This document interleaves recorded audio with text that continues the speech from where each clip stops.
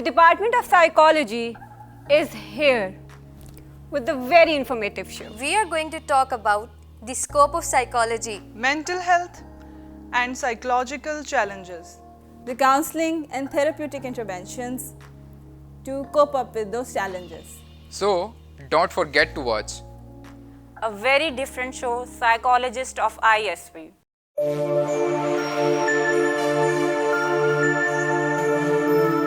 अस्सलाम वालेकुम and welcome to psychology unplugged, जिसके अंदर हम लेकर आते हैं इंटरेस्टिंग टॉपिक्स और उनके ऊपर बात करते हैं और इंफॉर्मेशन गैदर करते हैं from the related experts. I am your host Sameer Bucha और आज फिर से हम हाजिर हुए एक ऐसे इंटरेस्टिंग टॉपिक के साथ जिसके थ्रू हमें बहुत सारी जिंदगी गुजारने की अवेयरनेस हो सकती है, जो कि हमें हेल्प आउट कर सकती है जिंदगी गुजारने में।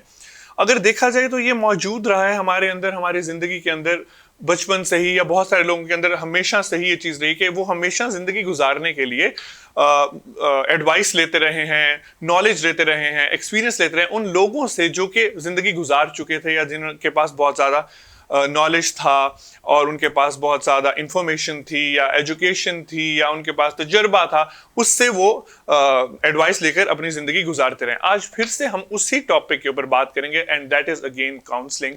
वो क्यों ज़रूरी है और किस तरह से ये हमारी ज़िंदगी पर इफेक्ट करती है।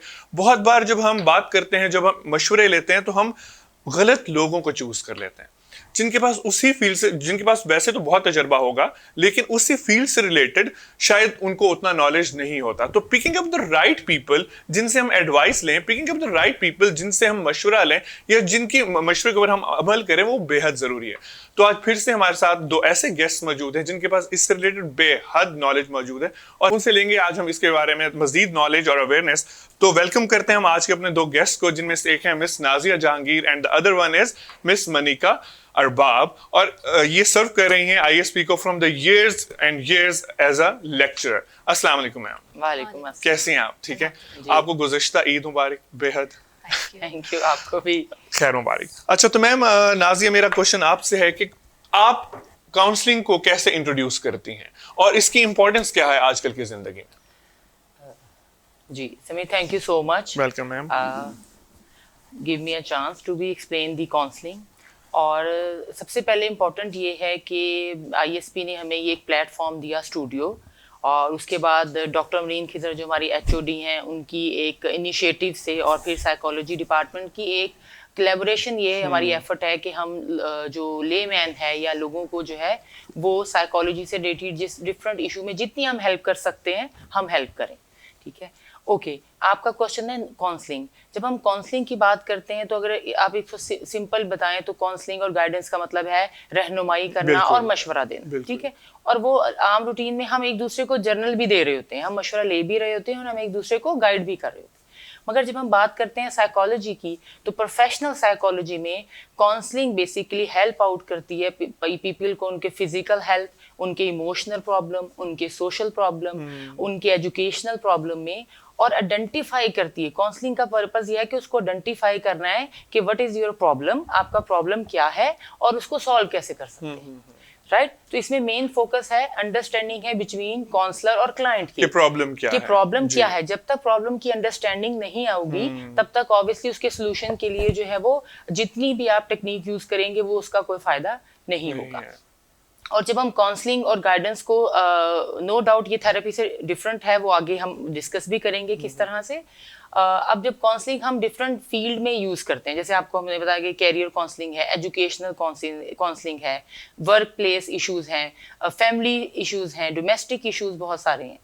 अब जैसे फॉर एग्जांपल आपको अगर किसी भी 2 ऑप्शंस में इशू है कि आप अगर जो है वो आप डिसाइड नहीं कर पा रहे, तो आई थिंक बहुत इजी है कि आप काउंसलर के पास जाएं और आप अपने उस कॉन्फ्लिक्ट को रिजॉल्व करें। सो हम क्या करते हैं कि इनिशियल पे क्या करते हैं कि हम जो सही गलत हमें सही समझ आता है हम वो ऑप्शन ले लेते हैं, वो मेडिकेशन की फॉर्म में हो या कोई डिसीजन की फॉर्म में हो। तो काउंसलिंग हेल्प आउट करती है आपकी साइकोलॉजिकल वेलबींग को स्ट्रॉन्ग करने में, ताकि आप सही डिसीजन ले सकें। डिसीजन की पावर जो है ना वो बहुत इंपॉर्टेंट है, जो अनफॉर्चुनेटली नहीं है। राइट, सो हमें हम वी आर रिलेक्टेंट कि हम बहुत ज्यादा हेजिटेट होते हैं कि अच्छा डिसीजन लें और गलत हो जाए, तो हम वो डिसीजन लेते हैं जो ज्यादा लोग हमें ऑप्शन दे रहे होते हैं एज कम्पेयर टू कि जो लॉजिकल है। बिल्कुल। सो काउंसलर एक न्यूट्रल पर्सन है जो आपके इमोशंस को छोड़ के आपकी उस पॉसिबिलिटीज को देख रहा होता है कि इस टाइम सही। क्या हो सकता है, और आपको सही। रियलाइज कराता है कि आपकी एक्चुअली प्रॉब्लम क्या है। जो कि हम खुद से कई बार एनालाइज नहीं कर पा रहे जी होते जी, हैं। राइट, बिल्कुल ऐसे। सही सही। तो मैम मनिका, मेरा अगला सवाल आपसे कि what is the main focus of counselling? Basically counselling जो है हमारी लाइफ की तमाम फील्ड्स को फोकस कर रही होती है। लाइक हमारी सोशल लाइफ है, इमोशनल लाइफ है, पर्सनल लाइफ है। हर लाइफ में चैलेंजेस भी हैं, बहुत सारे हमारे स्ट्रेसेस क्रिएट होते हैं जिन्हें हम हैंडल नहीं कर पाते हैं।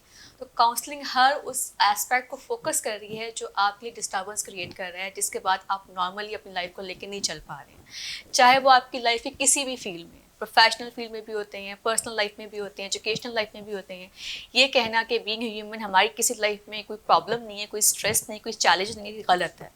हमें काउंसलिंग बेसिकली गाइडलाइन दे रही है, एक प्रोफेशनल हेल्प दे रही होती है, एडवाइस दे रही होती है कि if you are facing any challenge, any problem in your any field of life, तो आप उसे कैसे सॉल्व कर सकते हैं, कैसे उसको मतलब हैंडल करके अपनी लाइफ को गो ऑन कर सकते हैं। सही। मैम अक्सर हमने देखा है कि करियर काउंसलिंग को लेकर हमारे स्टूडेंट्स का मेजरली फोकस रहा है, तो उनको प्रोफेशन चूज करने में ये कैसे हेल्प कर सकता है करियर काउंसलिंग? कैरियर काउंसलिंग में सबसे इम्पोर्टेंट जो काउंसलिंग बेसिकली फोकस करती है किसी भी स्टूडेंट की, कि सबसे पहले ये आइडेंटिफाई करना जरूरी है कि उसके एप्टीट्यूड क्या है, उसमें उसके इंटरेस्ट क्या है, उसकी पर्सनैलिटी ट्रेट्स क्या है, उसका इंटेलिजेंस, उसका आईक्यू क्या है। तो आई थिंक वो बहुत ज़्यादा अच्छे से आइडेंटिफाई कर देता है। अगर तो हम फॉर एग्जांपल आज के जो पेरेंट्स हैं, समटाइम दे आर फोकस कि अच्छा बच्चे जो हैं वो मेडिकल में जाएं या इंजीनियरिंग में जाएं। तो अगर बच्चे का एप्टीट्यूड, जिसको हम रुझान कहेंगे, जिसको हम उसका इंटरेस्ट कहेंगे, या हम कहेंगे उसकी सलाहियत, उसमें वो सलाहियत ही नहीं है, अगर न्यूमेरिकल नंबर्स को समझने की उसमें एबिलिटी नहीं है, तो इसका हरगिज मतलब ये नहीं है कि वो अदर सब्जेक्ट में भी उतना ही वीक होगा। नो, वो एक हमारे ब्रेन में एक कॉग्निटिव फंक्शनिंग में होता है कि हम किस तरह कॉन्सेप्चुअल फ्रेमवर्क को समझते हैं या हम थ्योरेटिकल फ्रेमवर्क को ज्यादा समझते हैं। तो कॉन्सेप्ट जो है, सबसे पहले डिफरेंट हमारे पास टेस्ट हैं, असेसमेंट के टेस्ट हैं। जैसे अगर हमारे पास अगर कोई साइकोलॉजिकल इशू के साथ पास आता है, तो काउंसलर के पास साइकोलॉजिकल असेसमेंट की भी टेक्निक है, जिसमें वो आइडेंटिफाई कर लेता है कि अच्छा इसकी ये प्रॉब्लम है, तो इसमें इसको काउंसलिंग की जरूरत होगी, या फर्दर इसका क्रॉनिक प्रॉब्लम तो नहीं है कि जो कि इससे सॉल्व नहीं हो सकता। क्योंकि काउंसलिंग जो है वो एक शॉर्ट टर्म और एक उन पर्सन के साथ डील की जाती है जो कॉन्शियसली अवेयरनेस में होते हैं, जो अपने प्रॉब्लम को आइडेंटिफाई कर लेते हैं। तो स्टूडेंट का सबसे पहले एप्टीट्यूड, पर्सनैलिटी, इंटेलिजेंस और ये सब मालूम करेंगे, देन वो डायरेक्शन देता है एक्चुअली काउंसलर कि अच्छा आपकी ये एबिलिटीज हैं, तो आप अपने इस एबिलिटीज पे फोकस करें एज कम्पेयर टू आप उस पर टाइम वेस्ट करें, आप उस पर फोकस करें जो आपका स्ट्रॉन्ग पार्ट नहीं है, जो आपकी एक जिसको कहते हैं कि आप एजुकेशनली जिस पे स्ट्रॉन्ग नहीं है। उसके बाद क्या होता है कि सबसे इम्पोर्टेंट है कि सिर्फ प्रोफेशन चूज करना एक राइट, फिर वही बात आ गई डिसीजन, राइट, कि उन्होंने डिसीजन लेना है। सही डिसीजन लेने के बाद फ्यूचर में भी हमने तो उसको कंटिन्यू करना है ना। बिल्कुल। प्रोफेशन का मतलब ये नहीं कि ठीक है एक पर्सन ने कहा कि उसमें एबिलिटी है डॉक्टर बनने की, उसने वो उस फील्ड में भी चला गया, उसका एडमिशन भी हो गया, एंड देन व्हाट नेक्स्ट, आपने अपने प्रोफेशन के साथ फ्यूचर में किस तरह से कोलैबोरेट करना है, कितने आप इफेक्टिव हैं as a doctor, as a personality wise दूसरों के लिए, तो वो बहुत ज्यादा हेल्प आउट करता है। अब अनफॉर्चुनेटली पाकिस्तान में जैसे है कि एजुकेशन अगर किसी और फील्ड में है तो जॉब हम किसी और फील्ड में कर रहे होते हैं, ठीक है, और बच्चे की जो कैपेसिटी है, फॉर एग्जाम्पल अगर एक बच्चा फाइन आर्ट्स में बहुत अच्छा है, तो अब उसके लिए दूसरी चीजें शायद वो उसमें इतना ज्यादा बेस्ट परफॉर्म नहीं कर सकता जितना विदाउट एनी एफर्ट। मतलब पेरेंट्स को कोई एफर्ट नहीं करनी पड़ेगी अगर वो उसकी उसी फील्ड में उसको आगे कंटिन्यू करें। मेरा एक क्वेश्चन ये था कि देखें, वालिदैन हमेशा हमारा बेहतर जानते होते हैं, भला समझते होते हैं, और उनकी बहुत सारी हमसे उम्मीदें होते हैं, हम उनकी औलाद होते हैं और वो चाहते होते हैं, इसके अंदर उनका कोई कसूर नहीं है। लेकिन एक जो इन्फोर्समेंट आती है बच्चों के ऊपर कि मेरा बेटा डॉक्टर बनेगा, अब उस बच्चे के अंदर कोई उस तरीके से इंटरेस्ट नहीं है फॉर एग्जाम्पल, तो वो कैसे, हम पेरेंट्स को कैसे ये अवेयरनेस दी जाए, या पेरेंट्स को क्या रोल प्ले करना चाहिए कि वो अपने बच्चे को उसी लाइन में जिस वो खुद आइडेंटिफाई करें, या अगर नहीं कर पाते, बहुत सारे पेरेंट्स ऐसे होते हैं कि जैसे आजकल लोग मजदूर हैं कुछ भी, लेकिन वो अपने बच्चों को पढ़ा रहे हैं, तो उनके पास शायद उतना नॉलेज नहीं होगा या उनको उतना नहीं पता होगा, तो वो डायरेक्ट करें उन लोगों को, टीचर्स की तरफ रेफर करें, काउंसलर्स की तरफ रेफर करें, ताकि उन बच्चों को सही डायरेक्शन मिले, सही गाइडलाइन मिले। जी बिल्कुल समीरा, बिल्कुल ठीक कह रहे हैं। इसमें जो सबसे एक आप कह लें कि जो रुकावट आ रही है लोगों में, वो सबसे ज्यादा सोशल प्रेशर और कंपैरिजन है। राइट हम जी। सोशल ये हमारे पास इतना Compare कर प्रेशर लेते है हैं, कि हम हाँ। कंपेयर कर रहे हैं और हमारी जो सोसाइटी ने प्रोफेशन एक्सेप्ट किए हैं हम वही चाहते हैं, राइट सोसाइटी सही। कभी अप्रूवल अगर किसी पे नहीं दिया कि अच्छा आपकी डॉक्टर हैं इंजीनियर हैं, तो हम भी वही चाहते हैं एज कम्पेयर टू कि आप ये देखें कि आपके बच्चे क्या स्ट्रॉन्ग जो एक एप्टीट्यूड है एबिलिटी है वो किसमें।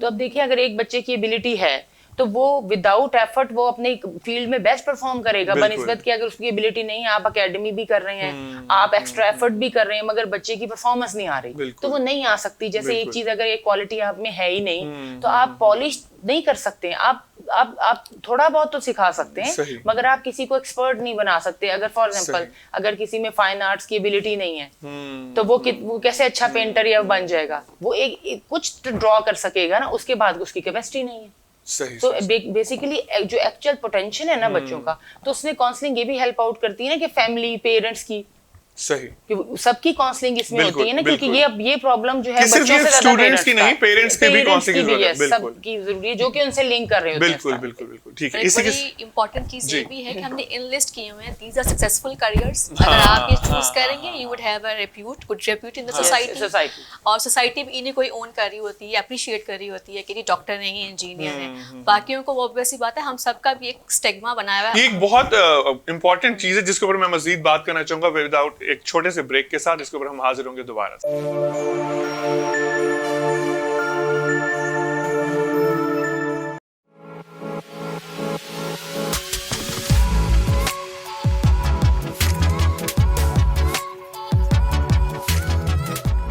Sometimes it's not the lack of ability, but the lack of confidence that prevents us from achieving what we really, really want.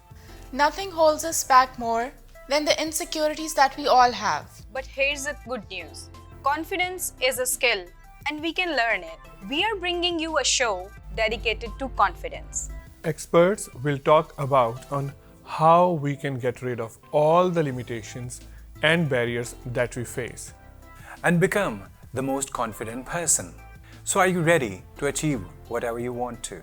So, are you ready to unravel the dreams that are within you? This is ISP Studio and welcome to Confidence Lounge.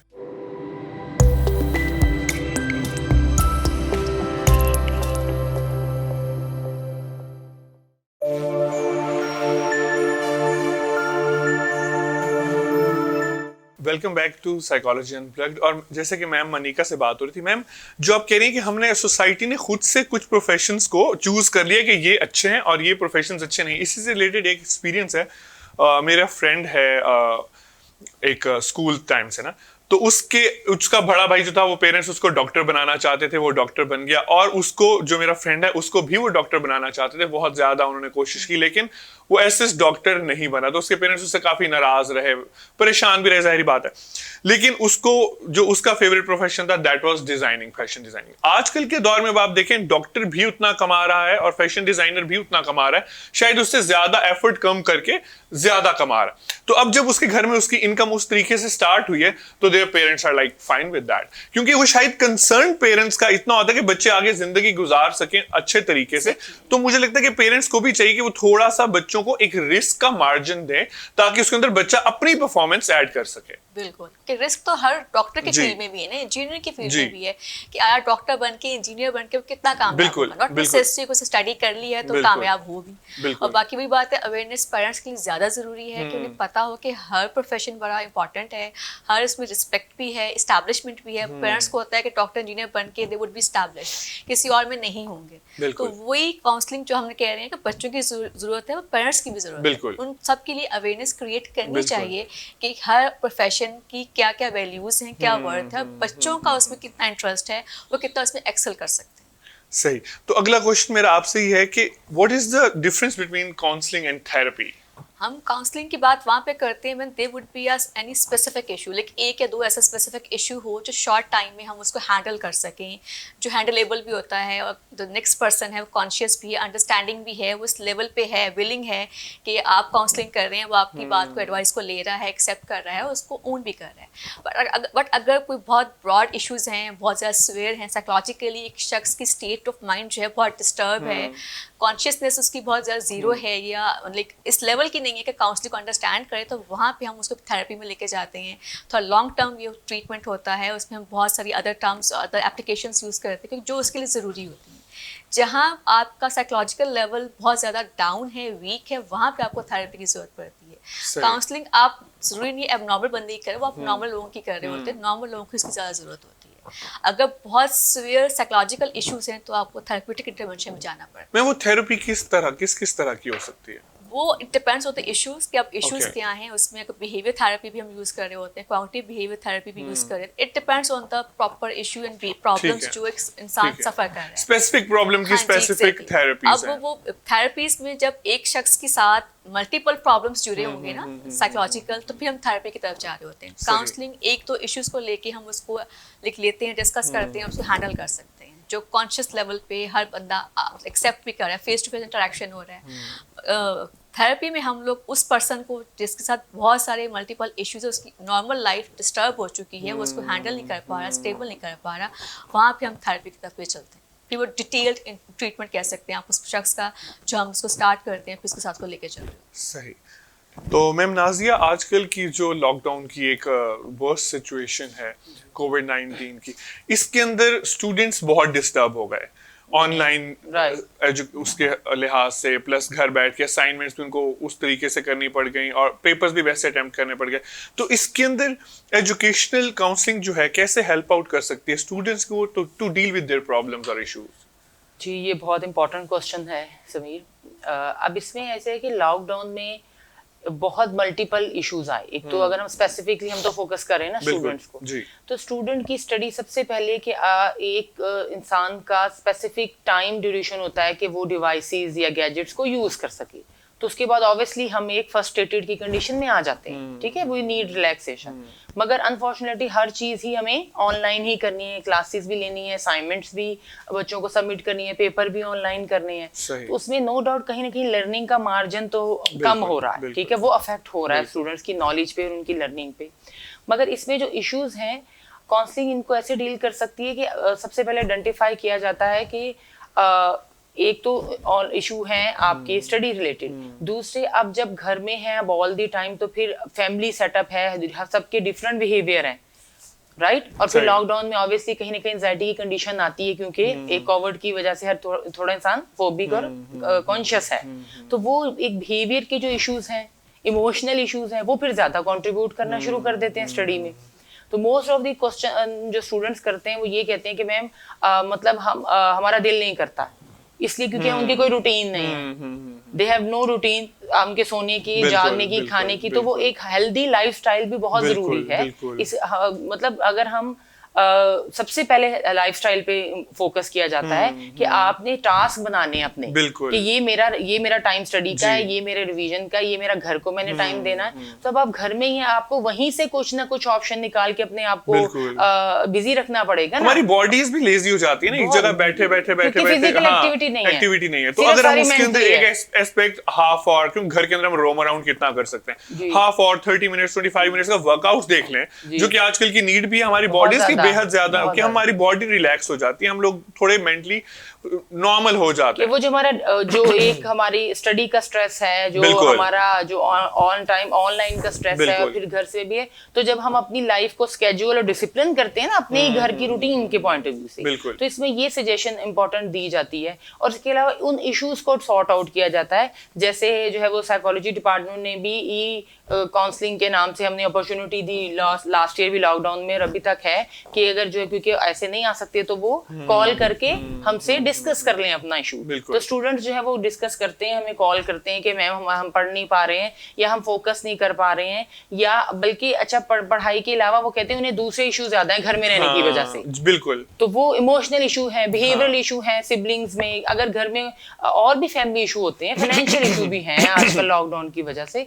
और इसके अलावा फिर news जब वो ज्यादा सुनते हैं तो उससे कहीं ना कहीं फोबिया बढ़ जाता है। सो दे आस्क कि हमें डिप्रेशन हो रहा है, बिल्कुल। हमें एंजाइटी हो रही है। ये जो इश्यूज है ना कि हमारे बिहेवियरल इश्यूज जो हैं जिसके अंदर हमें अपने सिबलिंग्स के साथ नहीं बनती, दिस इज द टाइम हम इन चीजों से कोप अप कर लें, दिस इज द टाइम हम इन चीजों से फायदा हासिल करें और अपने तमाम तर चीजें जो कि इनबैलेंस थी उनको बैलेंस कर लें, उनको ठीक एक पॉजिटिव स्टेट में लेकर आए फैमिली के साथ। हम कैसे लॉकडाउन से पहले आप याद कीजिए तो लोग रो रहे होते थे, हम सुन रहे होते, हम खुद या लोग कि यार फैमिली के साथ टाइम नहीं मिलता, yes, हम टाइम नहीं स्पेंड करते, and this is the time, वो शायद अल्लाह ने सुन लिया in this way, I am sorry, लेकिन स्टिल हमारा मिल गया ना टाइम फैमिली के साथ स्पेंड करने का, तो अब हम करें, अब हम क्यों नहीं कर रहे? उसमें प्रॉब्लम ये है कि हमें टाइम मिल गया, अभी हम अभी तक एडजस्ट हो रहे हैं, बिल्कुल। क्योंकि इतना गैप है बिल्कुल, सब में, बिल्कुल, कम्युनिकेशन गैप बिल्कुल। इतना है कि हम बिहेवियर अब आइडेंटिफाई कर रहे हैं।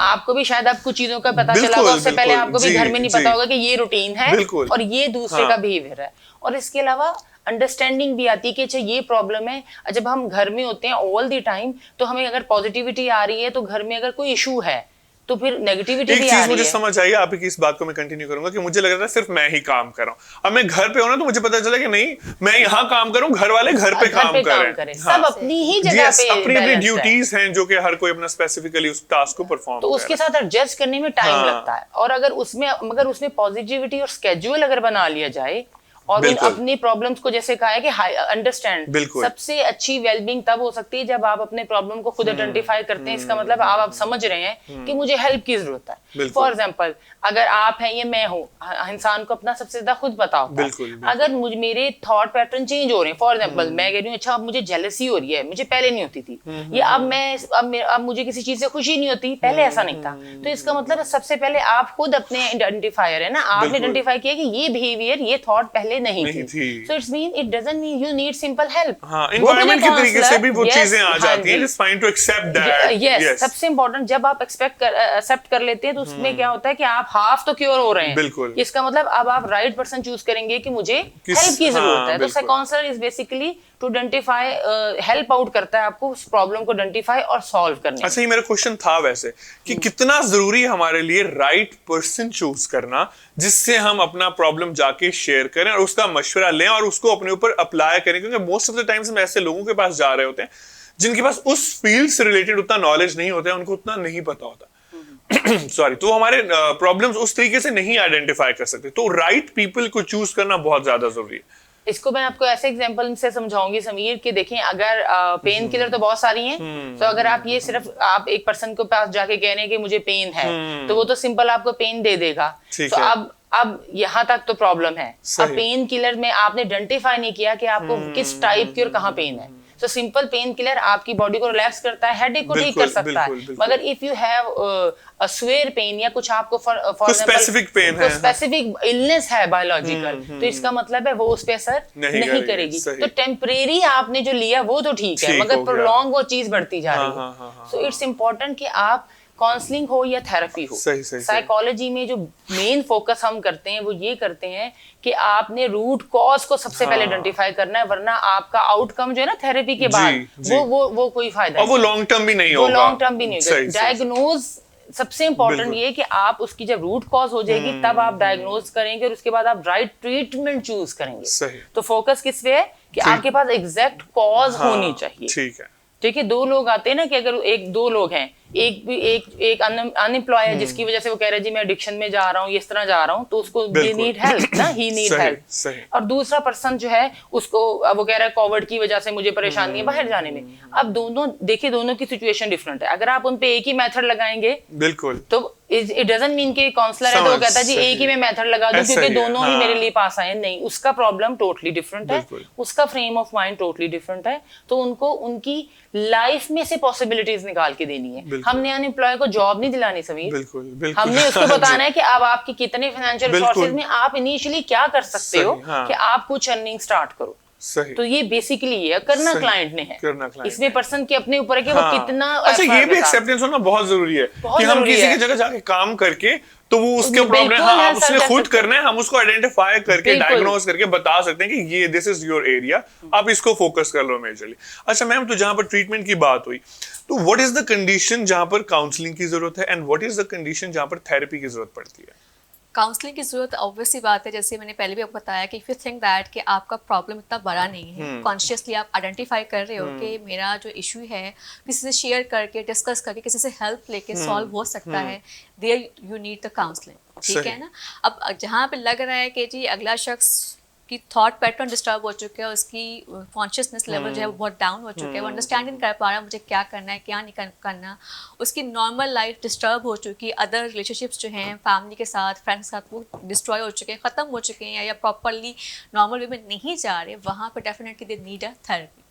तो काउंसलिंग बेसिकली हम नॉर्मल लोगों को भी करते हैं और ऐसे लोग जो थोड़े डिस्टर्ब होते हैं। अब जो थेरेपी है बेसिकली साइकोलॉजिकल डिसऑर्डर के पेशेंट्स के लिए हम कर रहे होते हैं, जिन्हें हम डायग्नोज कर रहे होते हैं, they have specific disorder, anxiety है, डिप्रेशन है, जिन्हें हमें प्रॉपरली डायग्नोज किया है साइकोलॉजिकली कि they are suffering from this disorder, वहाँ पे थेरेपी अप्लाई, जो थोड़ी वर्स्ट कंडीशन में भी होते होंगे, वर्स्ट है, सीवियर इश्यूज हैं जो कि एक शख्स खुद हैंडल नहीं कर सकता, क्रॉनिक हो जाते हैं, क्रॉनिक हो जाती है, प्रोलॉन्ग हो जाता है, लॉन्ग ट्रीटमेंट स्टार्ट होता है उनका, तो वो टाइम टेकिंग होता है, तो वहाँ पे थेरेपी होती है। काउंसलिंग तो आप हर नॉर्मल शख्स की भी कर रहे हो। सही। लोग वैसे बहुत करते हैं, क्या कहते हैं, बैरियर फील करते हैं टू काउंसलर के पास जाने के लिए, हमारी अवेयरनेस शायद इतनी ज्यादा नहीं है, तो इस मामले में आप क्या कहेंगे कि कैसे उन लोगों को हम फोर्स करें या उनको अवेयरनेस उनके अंदर फैलाएं कि दिस इज अ फाइन वे कि आप जाओ और अपना प्रॉब्लम आपको एक सोल्यूशन मिल रहा है, आपकी जिंदगी आसान हो रही है। वो थोड़ा मेरे ख्याल से मिसकंसेप्ट हो जाते हैं कि सिर्फ जिनका दिमागी मसला होता है वो ऐसा करते हैं, ऐसा कुछ से रिलेटेड जो हमारे